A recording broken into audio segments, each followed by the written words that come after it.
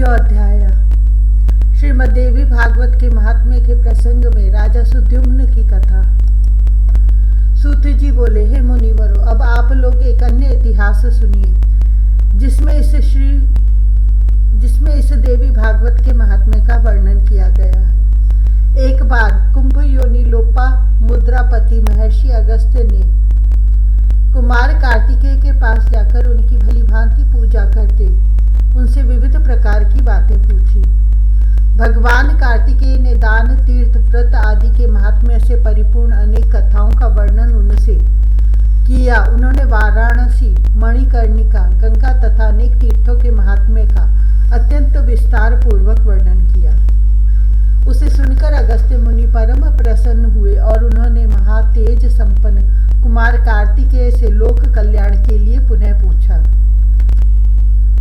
अगस्त्य जी बोले, हे तारक रिपु, हे भगवान, हे प्रभु, आप मुझे देवी भागवत के महात्म्य तथा उसके श्रवण की विधि भी बताएं। श्रीमद् देवी भागवत नामक पुराण सभी पुराणों में अति श्रेष्ठ है, जिसमें तीनों लोकों की जननी साक्षात सनातनी भगवती की महिमा गाई गई है।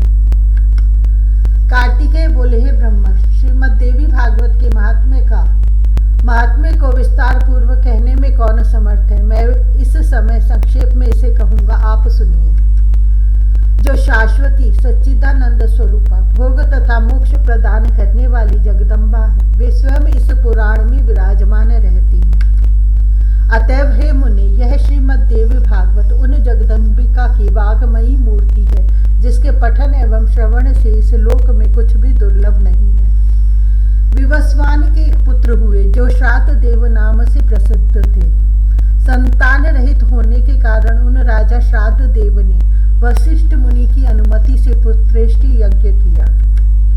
तत्पश्चात मनु श्राद्ध देव की भार्य श्रद्धा ने यज्ञ के होता से प्रार्थना की, हे ब्रह्मन, आप कोई ऐसा उपाय करें जिससे मुझे कन्या की प्राप्ति हो। अतः होता के ने मन में कन्या प्राप्ति का संकल्प करते हुए आहुति डाली और उसके विपरीत भाव के फल स्वरूप एक कन्या उत्पन्न हुई, जिसका नाम इला रखा गया।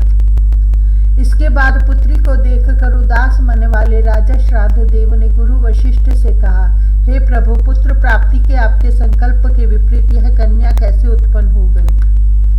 यह सुनकर महर्षि वशिष्ठ ने ध्यान लगाया। इसमें होता का व्यतिक्रम जानकर वे इला को पुत्र बनाने की कामना से ईश्वर की शरण में गए। मुनि के तप प्रभाव और भगवान की कृपा से सभी लोगों के देखते देखते इला कन्या से पुरुष रूप में परिवर्तित हो गई। इसके बाद गुरु वशिष्ठ ने पूर्ण रूप से संस्कार करके उसका नाम सुद्युम्न रखा।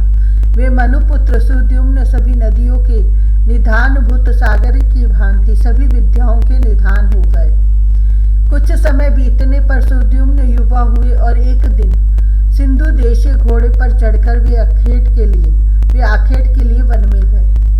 अपने सहचरों के साथ वे कुमार सुद्युम्न एक वन से दूसरे वन में जाते हुए भटकते रहे और फिर संयोग से वे हिमालय की तलहटी के उस वन में पहुंच गए, जहां किसी समय देवादिदेव भगवान शंकर अपनी भार्या अर्पणा के साथ आनंद में रमण कर रहे थे। उसी समय भगवान शंकर के दर्शन की अभिलाषा से मुनिगण वहां आ गए और उन्हें देखकर पार्वती हो गए। तब शिव एवं पार्वती रमण करते देखकर उत्तम व्रत धारण करने वाले वे मुनिगण वहां से लौटकर वैकुंठ धाम की ओर चल दिए। तदंतर अपनी प्रियतमा को प्रसन्न करने के लिए भगवान ने उस अरण्य को श्राप दे दिया कि आज से जो भी पुरुष यहाँ प्रवेश करेगा वह स्त्री हो जाएगा। तभी से पुरुषों ने उस वन में जाना त्याग दिया था और संयोगवश वहां पहुंचते ही सुद्युम्न एक लावण्यमयी स्त्री के रूप में परिवर्तित हो गए। अपने सभी अनुचरों को पुरुष से स्त्री तथा घोड़ों को घोड़ियों में रूपांतरित हुआ देखकर सुद्युम्न आश्चर्यचकित हो गए। अब वह रूपवती तरुणी वन वन में विचरण करने लगी। एक बार वह बुद्ध के आश्रम के समीप पहुंची। स्थूल तथा उन्नत स्तनों वाली, बिंब फल के समान लाल होठों वाली, कुंद फूल के समान श्वेत दांतों वाली, सुंदर मुख तथा कमल के समान नयनों वाली उस सर्वांग सुंदरी तरुणी को देखकर कामदेव के बाणों से बंधे हुए अंगों वाले भगवान बुद्ध उस पर मोहित हो गए। वह सुंदर मोह वाली युवती भी चंद्रपुत्र कुमार बुद्ध पर आसक्त हो गई और बुद्ध के साथ रमण करती हुई उनके आश्रम में रहने लगी। हे महर्षि अगस्त्य, कुछ समय बाद बुद्ध ने उस तरुणी से पुरुरवा नामक पुत्र को उत्पन्न किया। इसी प्रकार बुद्ध के आश्रम में रहते हुए कई वर्ष बीत जाने पर किसी समय उसे अपने पूर्व वृत्तांत का स्मरण हो आया और वह आश्रम से चली गई। इसके बाद गुरु वशिष्ठ के आश्रम में प्रणाम किया और सारा वृत्तांत कहकर पुरुषत्व की कामना करती हुई वह उनके शरणागत हो गई। इस बातों को जानकर वशिष्ठ जी कैलाश पर्वत पर जाकर विधि विधान से भगवान शंकर की पूजा करके भक्ति से उनकी स्तुति करने लगे। वशिष्ठ जी बोले, शिव शंकर गिरिजा के अर्धांग एवं चंद्रमौली को बार बार नमस्कार है। मृड सुखदाता कैलाशवासी नीलकंठ भक्तों को भोग तथा मोक्ष प्रदान करने वाले आपको नमस्कार है। शिव शिव स्वरूप शरणागत भयहारी वृषभ वाहन शरणागत शरणदाता परमात्मा को नमस्कार है। सृजन पालन तथा संहार के समय ब्रह्मा विष्णु तथा महेश रूपधारी देवादिदेव वरदायक तथा त्रिपुरारी को मेरा नमस्कार है। यज्ञ याजकों के फलदाता को बार बार नमस्कार है। आप गंगाधर सूर्य चंद्र अग्नि स्वरूप त्रिनेत्र को मेरा नमस्कार है। इस प्रकार मुनि वशिष्ठ के द्वारा स्तुति किए जाने पर करोड़ों सूर्य सदृश प्रभा से युक्त एवं भगवती पार्वती के साथ नंदी पर आरूढ़ वे जगतपति भगवान शंकर प्रकट हो गए। चांदी के पर्वत के समान प्रभा वाले त्रिनेत्रधारी भगवान चंद्रशेखर शरण में आए हुए मुनि श्रेष्ठ वशिष्ठ से अत्यंत प्रसन्न होकर बोले, श्री भगवान ने कहा, हे विपर्ष्य, आपके मन में जो भी इच्छा हो वह वर मांगिए। उनके इस प्रकार कहने पर गुरु वशिष्ठ ने प्रणाम करके इला की पुरुषत्व प्राप्ति के लिए उनसे प्रार्थना की। इसके बाद प्रसन्न होकर शंकर जी ने मुनिश्रेष्ठ वशिष्ठ से कहा कि 1 मास तक वह पुरुष रूप तथा 1 मास तक नारी रूप में रहेगी। इस प्रकार शिव जी से वर प्राप्त करके महर्षि वशिष्ठ ने वर प्रदान करने के लिए सदा उत्सुक रहने वाली जगदम्बिका पार्वती को प्रणाम किया।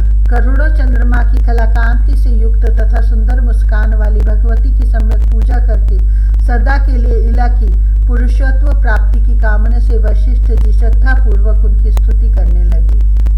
हे देवी, हे भक्तों पर कृपा करने वाली भगवती, आपकी जय हो। हे समस्त देवों की आराध्य स्वरूपा और अनंत गुणों की आगार, आपकी जय हो। हे देवेश्वरी, हे शरणागत वत्सले, आपको बार बार नमस्कार है। हे दुखारिणी, हे दुष्ट दानवों का नाश करने वाली भगवती, आपकी जय हो। हे भक्ति से प्राप्त होने वाली भगवती, हे महामाया, हे जगदम्बिके, हे भवसागर से पार उतारने के लिए नौका स्वरूप चरण कमल वाली, आपको नमस्कार है। आपके चरण कमलों की सेवा से ही ब्रह्मा विष्णु तथा महेश आदि देवता विश्व के सृजन पालन तथा संहार हेतु सामर्थ्य प्राप्त करते हैं। पुरुषार्थ चतुष्टय धर्म अर्थ काम तथा मोक्ष प्रदान करने वाली हे देवेश्वरी, आप प्रसन्न हो। हे देवी, आपकी स्तुति करने में भला कौन समर्थ है, तो मैं आपको केवल प्रणाम कर रहा हूँ। महर्षि वशिष्ठ जी द्वारा इसी प्रकार भक्ति भाव से स्तुति किए जाने पर नारायणी पराम्बा दुर्गा भगवती तत्काल पर प्रसन्न हो गए। तदंतर भक्त जनों का दुख दूर करने वाली महादेवी ने मुनि वशिष्ठ से कहा, हे मुनि श्रेष्ठ, आप सुद्युम्न के घर जाकर भक्ति पूर्वक मेरी पूजा करें। हे द्विज श्रेष्ठ, सुद्युम्न को 9 दिनों में मुझे प्रसन्नता प्रदान करने वाली श्रीमद् देवी भागवत पुराण का प्रेम पूर्वक श्रवण कराइए। उसके श्रवण मात्र से उसे सर्वदा के लिए पुरुषत्व की प्राप्ति हो जाएगी। ऐसा कहकर भगवती पार्वती तथा भगवान शंकर अंतर्ध्यान हो गए। इसके पश्चात वशिष्ठ जी उस दिशा को नमस्कार कर अपने आश्रम को लौट आए और सुद्युम्न को बुलाकर उन्होंने देवी की आराधना करने के लिए उन्हें आदेश किया। आश्विन मास के शुक्ल पक्ष में जगदम्बा की विधिवत पूजा करके वशिष्ठ जी ने राजा को नवरात्र विधान के अनुसार श्रीमद् देवी भागवत पुराण सुनाया। इस प्रकार अमृत स्वरूप श्रीमद् देवी भागवत पुराण को भक्ति पूर्वक सुनकर और गुरु वशिष्ठ का पूजन वंदन करके सुद्युम्न ने सदा के लिए पुरुषत्व प्राप्त कर लिया। महर्षि वशिष्ठ ने सुद्युम्न का राज्याभिषेक किया और वे प्रजाओं को प्रसन्न रखते हुए धर्म पूर्वक भूमंडल पर शासन करने लगे। सुद्युम्न ने अत्यंत श्रेष्ठ दक्षिणा वाले भांति भांति के यज्ञ किए और अंत में पुत्रों को राज्य का शासन सौंप कर वे देवी लोक को प्राप्त हुए। हे विप्रो, इस प्रकार मैंने आप लोगों को इतिहास सहित देवी महात्म्य बता दिया। यदि कोई मनुष्य सद्भक्ति के साथ इसे पढ़ता अथवा सुनता है तो वह देवी की कृपा से इस लोक में संपूर्ण कामनाओं की प्राप्ति करके अंत में देवी के परम सत्य स्वरूप सालोक्य को प्राप्त कर लेता है। इति श्री स्कंद पुराणे मानस खंडे श्रीमद् देवी भागवत महात्म्ये देवी भागवतन बाह्यश्रवणादिलायः पुंसत्व प्राप्ति वर्णनम नाम तृतीयो अध्यायः।